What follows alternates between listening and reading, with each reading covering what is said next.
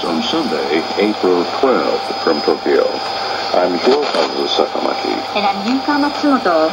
In our top stories, millions of Japanese cast their ballots on Sunday to choose prefectural governors, mayors, and local assembly members.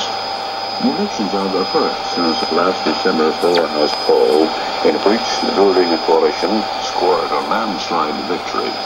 The United States will soon decide whether to remove Cuba's designation as a state sponsor of terrorism following the historic U.S.-Cuba summit.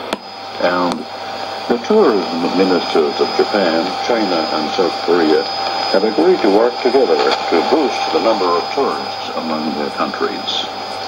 Now the news in detail.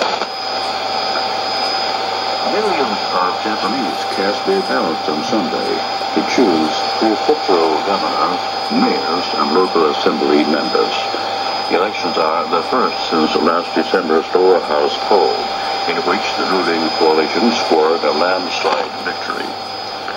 For the ruling and opposition camps, elections are an opportunity to make extra gains. Prime Minister